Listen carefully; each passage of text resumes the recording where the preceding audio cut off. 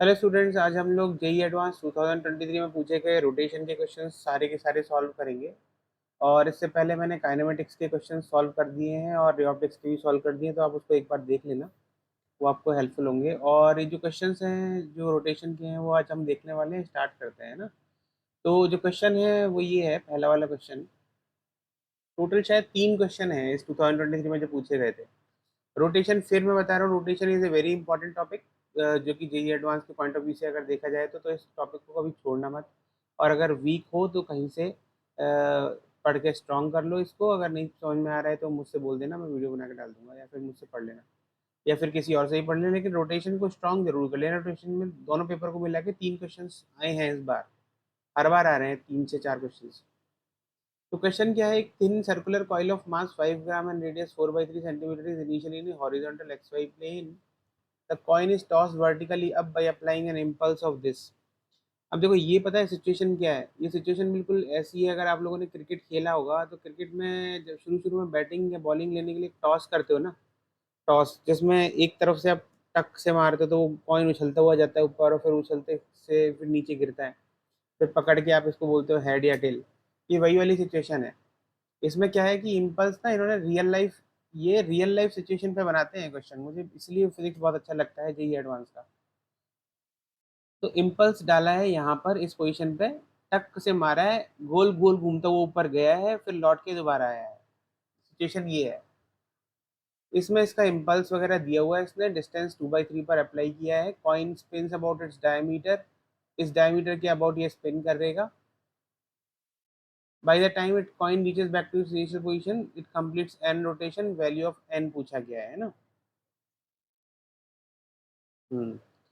अब देखो, यहाँ क्या है, इसको हम सॉल्व कैसे सॉल्व करना चालू कर देते हैं। तो क्वेश्चन तो समझ में आ ही गया है बहुत क्लियरली।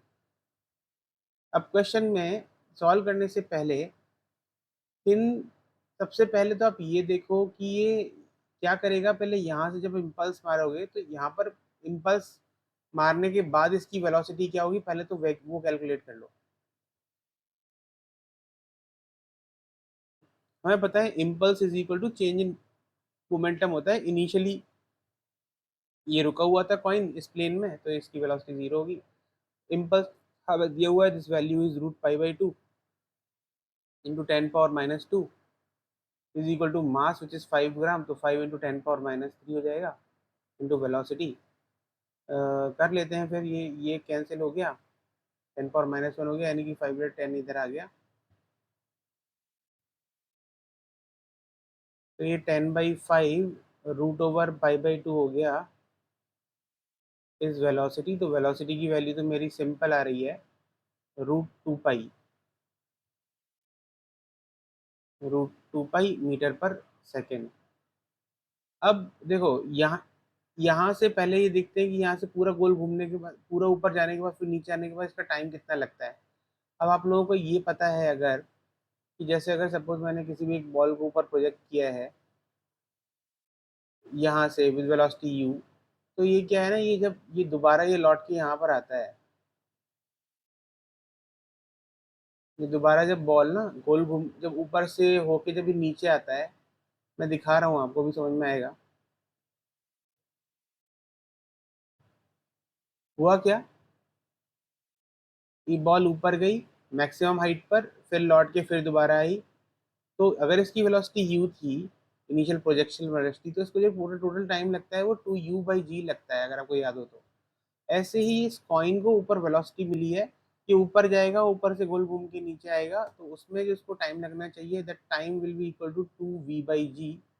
जी की वैल्यू 10 रख लेते हैं, तो हमारे पास 2/10 √2π हो जाएगा, है ना। यानी कि √2π/5 सेकेंड, ये हमारा टाइम आ गया। कॉइन जब ऊपर से नीचे गया यहाँ तक आया। अब इस टाइम में ये पूछ रहा है कि कितना रिवॉल्यूशन इसने कवर किया, मतलब कितनी बार रोटेट हुआ ये, कितने रोटेशंस कवर किए। तो उसके लिए आप क्या कर सकते हो, एंगुलर इम्पल्स वाली इक्वेशन लगाओ। जे किस पर लग रहा है, ये 2/3 सेंटीमीटर पर, into 10⁻⁻² is equal to I into omega. इसका जो मोमेंट ऑफ इनर्शिया होगा वो होगा mr² 4 क्योंकि ये रोटेट कर रहा है डायमीटर के अबाउट इंटू इसका ओमेगा। मैं वैल्यूज डाल देता हूँ, J into 2/3 into 10⁻⁻2 is equal to mass is 5 into 10⁻³ by 4 into r is 4/3 centimeter, which is 4/3 whole square into 10⁻⁻4 omega. J की वैल्यू डालें क्या? हाँ अभी डाल देते हैं। जे की वैल्यू इज √π/2 इंटू 10⁻⁻2। तो यहाँ पर भी मैं वैल्यू ही डाल देता हूँ, जे की वैल्यू √π/2 इंटू √π/2 इंटू 10⁻⁻2। चलो भाई, तो ये कैंसिल हो गया, ये कैंसिल हो गया इससे, है ना। और इस 4 से एक ये वाला 4 कैंसिल हो गया, इस 3 से एक ये वाला 3 कैंसिल हो गया। तो हमारे पास बचा क्या? 2√π/2 is equal to 5 into 4/3 into 10⁻⁻3। 2 से ये 2 कैंसिल कर दो, तो 3/10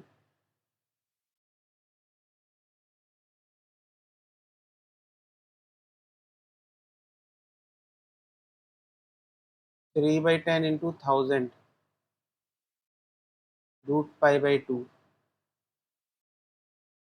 तो ये हो गया 300√π/2 इज इक्वल टू ओमेगा। और इसको अगर अपन और सिंपलीफाई करेंगे तो 300/2 √2 पर नीचे मल्टीप्लाई डिवाइड कर दो, तो √2π बन जाएगा ये। फिर 150 √2π आ गया, 150 √2π रेडियन पर सेकेंड। ये आपकी ओमेगा की वैल्यू आ गई है ना। अब ये पूछ रहे कितने रोटेशन इसने किए हैं, तो यहाँ पर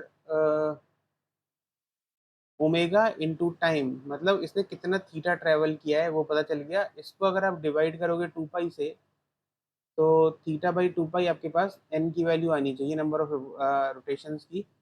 तो 150√2π इंटू टाइम कितना आया था हमारा, √2π/5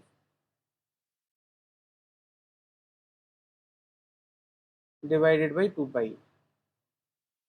तो ये तो कैंसिल हो गया, यहाँ पर 30 आया, 5×3 = 15, तो n की वैल्यू 30 आ गई। तो नंबर ऑफ रिवॉल्यूशंस जिसने किए हैं ना, रोटेशंस, वो 30 है।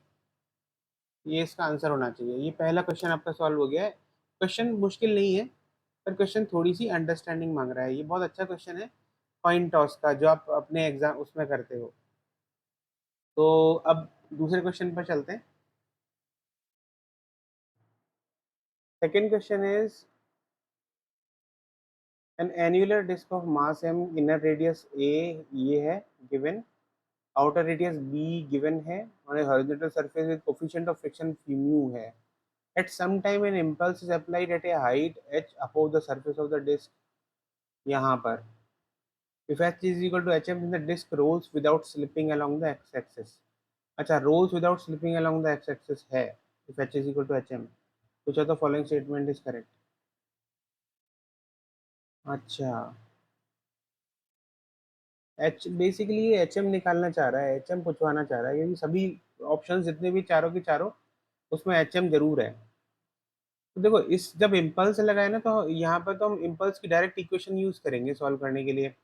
हालांकि रोलिंग विदाउट स्लिपिंग वाले जो क्वेश्चंस होते हैं उनको हम उससे भी सॉल्व करते हैं, v is equal to R omega use करके, पर इक्वेशंस वगैरह लगा के, इंडिविजुअल न्यूटन्स लॉस की इक्वेशन लगा के। पर यहाँ पर मुझे सॉल्व करने के लिए लग रहा है कि बहुत कन्वीनियंटली मैं यहाँ पर इम्पल्स मोमेंटम वाली इक्वेशन जो है वो लगा सकता हूँ,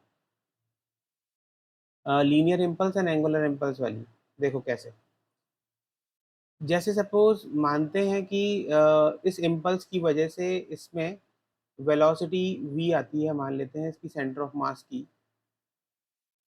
तो हमारे पास क्या होगा, this J0 will be equal to इसका जो मास है इंटू इसकी वेलोसिटी। ये तो एक पहली इक्वेशन हो गई हमारी।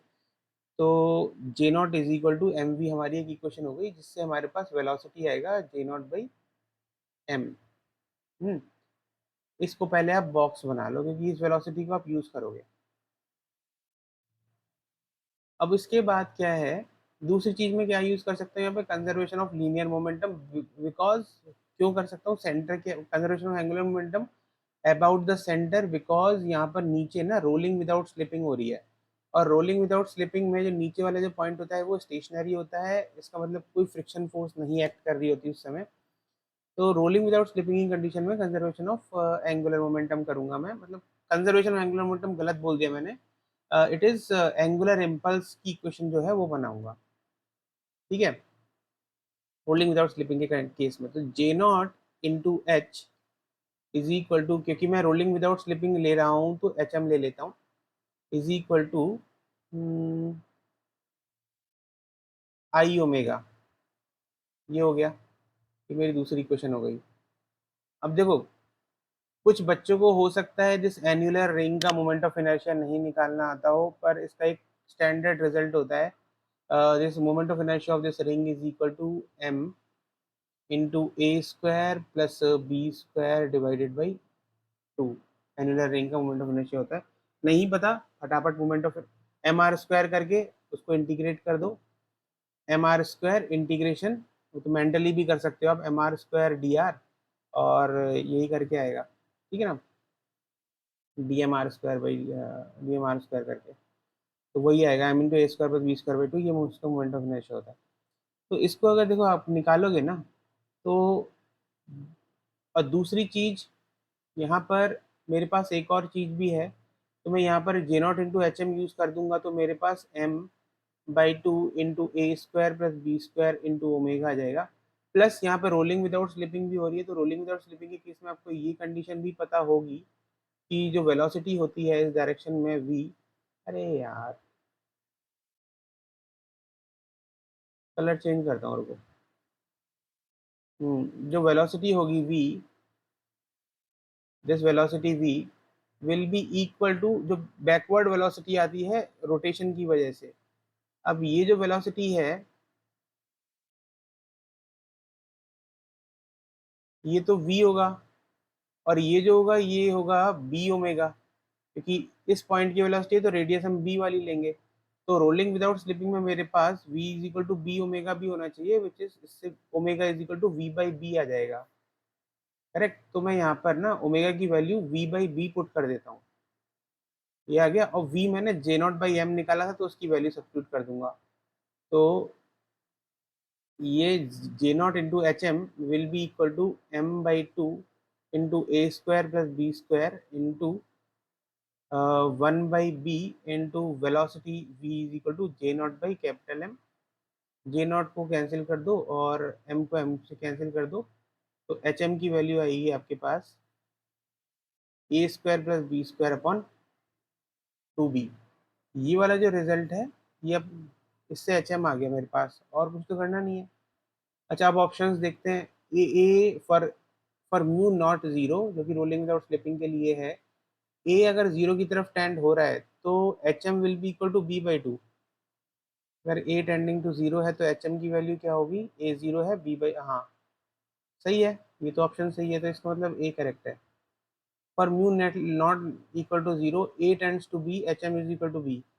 अगर ए टेंड्स टू बी हो रहा है तो इसका मतलब ये वैल्यू क्या हो जाएगी, two B square by two B, यानी कि बी, एच एम तो बी को ही टेंड कर रहा है, हाँ ये भी ठीक है। If H is equal to H M the initial angular velocity does not depend on the inner radius.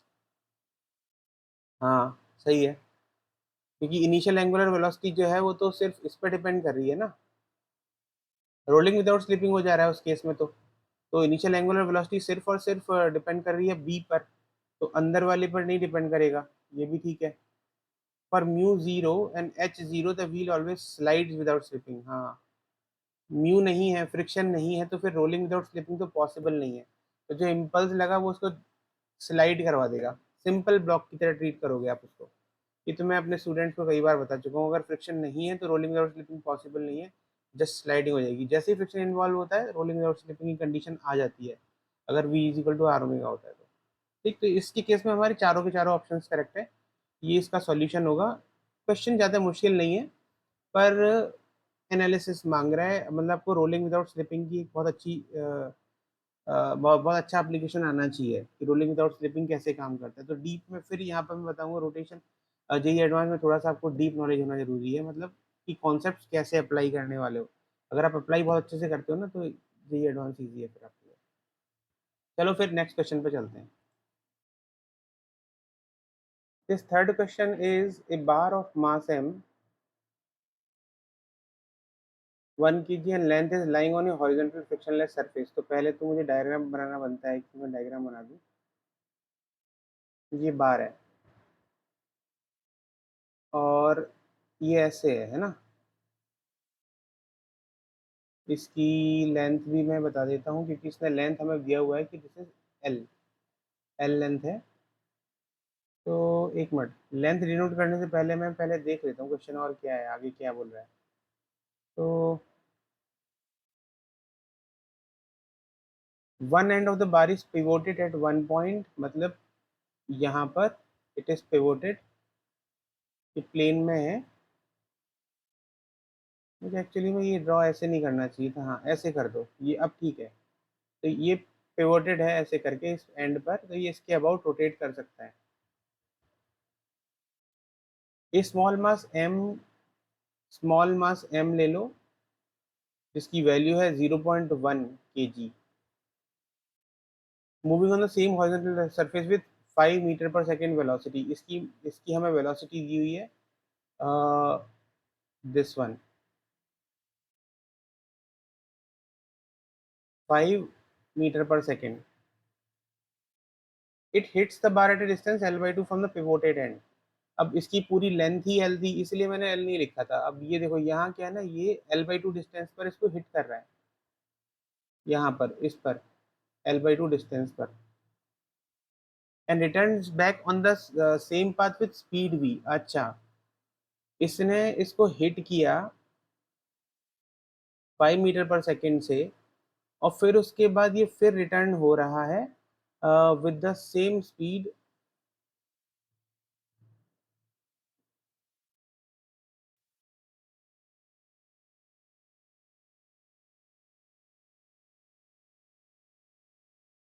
अब की बार मैं वाइट से बनाता हूँ इसको, तो रिटर्न बैक वाला जो पोजीशन है आपको समझ में आएगा। तो ये रिटर्न बैक हो रहा है with the same speed v, same speed नहीं, स्पीड अलग है, which is v given after this elastic. अच्छा, ये इलास्टिक कोलिजन है, जो इस पर कोलिजन हुआ यहाँ पर, यहाँ पे इस पॉइंट पर l/2 पॉइंट पर ये इलास्टिक है, यानी कि E इज इक्वल टू 1 है।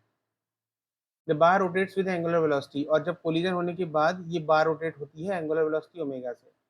Which of the following statement is correct. अच्छा, ओमेगा v पूछा गया है इसने। हम्म, तो सॉल्व करने के लिए हम क्या करेंगे।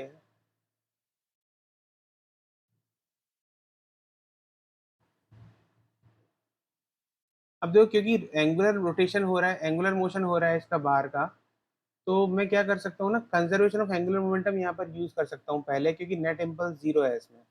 अगर मैं बॉल और स्मॉल मास और रॉड का सिस्टम हमेशा कंसिडर करता हूँ तो इसके केस में मेरे पास क्या हो जाएगा, initial angular momentum m into 5 metre पर second into l/2 is equal to I omega, moment of inertia जो रोटेट कर रही है rod about this point O, और रोट जा एक फाइनल में वेलो m का भी है एंगुलर मोमेंटम अपोजिट डायरेक्शन में, क्योंकि वो उधर उल्टी तरफ जा रहा है। तो m into we into l/2, ये मेरी पहली इक्वेशन बनेगी। मास मुझे 1 kg दिया हुआ, तो मैं पूरी लिख देता हूँ, इसका मतलब 1 इंटू 5 इंटू लेंथ कितनी दी हुई है 0.2, 0.2/2 इज इक्वल टू, अच्छा आई।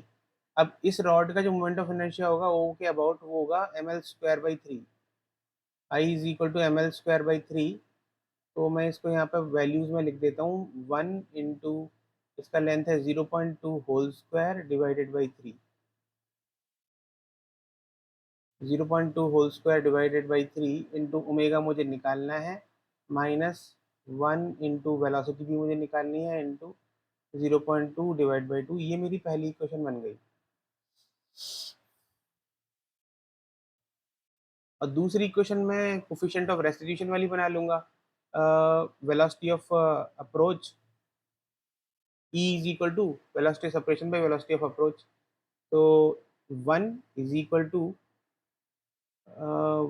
Are omega it is L/2 into omega V2 minus V1 plus V divided by 5 metre पर सेकेंड। तो मेरे पास ये इक्वेशन क्या बनेगी, सेकेंड वाली, 5 is equal to 0.2 divide by 2 into omega plus V। ये मेरी सेकेंड इक्वेशन बन गई। तो बेसिकली फर्स्ट और सेकेंड इक्वेशन को सॉल्व करना है हमें, तो बहुत इजी सा हो जा रहा है। तो 0.5 फर्स्ट इक्वेशन जो होगी हमारी, ये ऐसे बनेगी, 0.5 is equal to 0.2 into 0.2/3 into omega minus 0.1 V। ये मेरी पहली इक्वेशन हो गई। और मेरी जो दूसरी इक्वेशन बनी है वो है 5 is equal to 0.1 omega plus V। ठीक है। तो इस इक्वेशन को मैं अगर सिंप्लीफाई करके सॉल्व करूंगा तो ये मेरी ऐसी बन जाएगी, 0.1 हटा देता हूँ इससे, है ना। तो ये गया, ये गया, ये गया।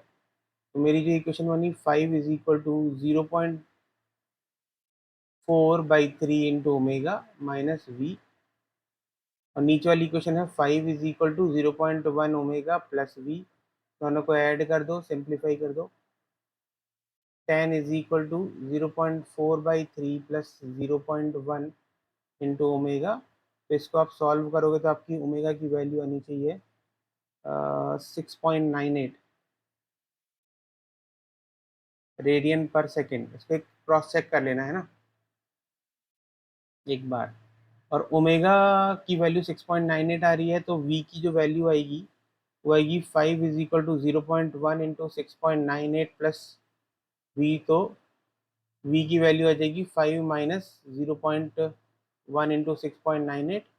तो वैल्यू आएगी मेरी 4.3 मीटर पर सेकेंड, ए। तो मेरा जो आंसर होना चाहिए वो ए होना चाहिए। ठीक।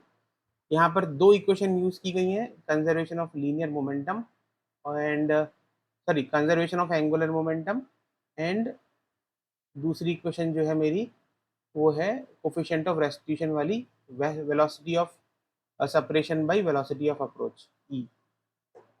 ठीक। इसका आंसर ये यही है। ओके। तो ऑल तो कोई क्वेश्चन है नहीं मेरे पास। देखो ये मतलब 2023 में शायद यही 3 क्वेश्चन पूछे गए थे, तो और सभी क्वेश्चन हमने सॉल्व किए कर दिए। तो all the best, thank you. कल अपन फिर से कोई कोई इंपॉर्टेंट टॉपिक के जो जेई एडवांस के क्वेश्चन जो हैं वो सॉल्व करेंगे, और फिर मैथमेटिक्स और केमिस्ट्री के भी सॉल्व करेंगे। All the best, thank you.